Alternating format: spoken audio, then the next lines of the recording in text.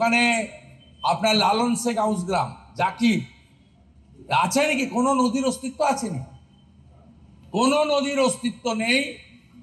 কয়লা যেমন ধরা পড়েছে, প্রমাণিত হয়েছে, ঠিক বালিরও এনফোর্সমেন্ট ডাইরেক্টরেট যেভাবে অভিযান করেছেন এবং যেভাবে সৌরভ রায় সহ অনেকের র্যাকেটকে সামনে এনেছেন, কোটি কোটি টাকা উদ্ধার করেছেন, আগামী দিনে এটা আপনার কয়লা কোল কেলেঙ্কারি থেকেও একটা বড় কেলেঙ্কারি হিসেবে সামনে আসবে। এবং এটা আমাদের রাজ্যের ক্ষতি হচ্ছে, রাজস্বের ক্ষতি হচ্ছে।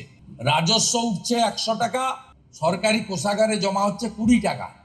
80 টাকা পুলিশ, মাফিয়া, অবৈধ বালি খননকারী আর বড় একটা অংশ ভাইপো টাকা তুলে নিয়ে যাচ্ছে।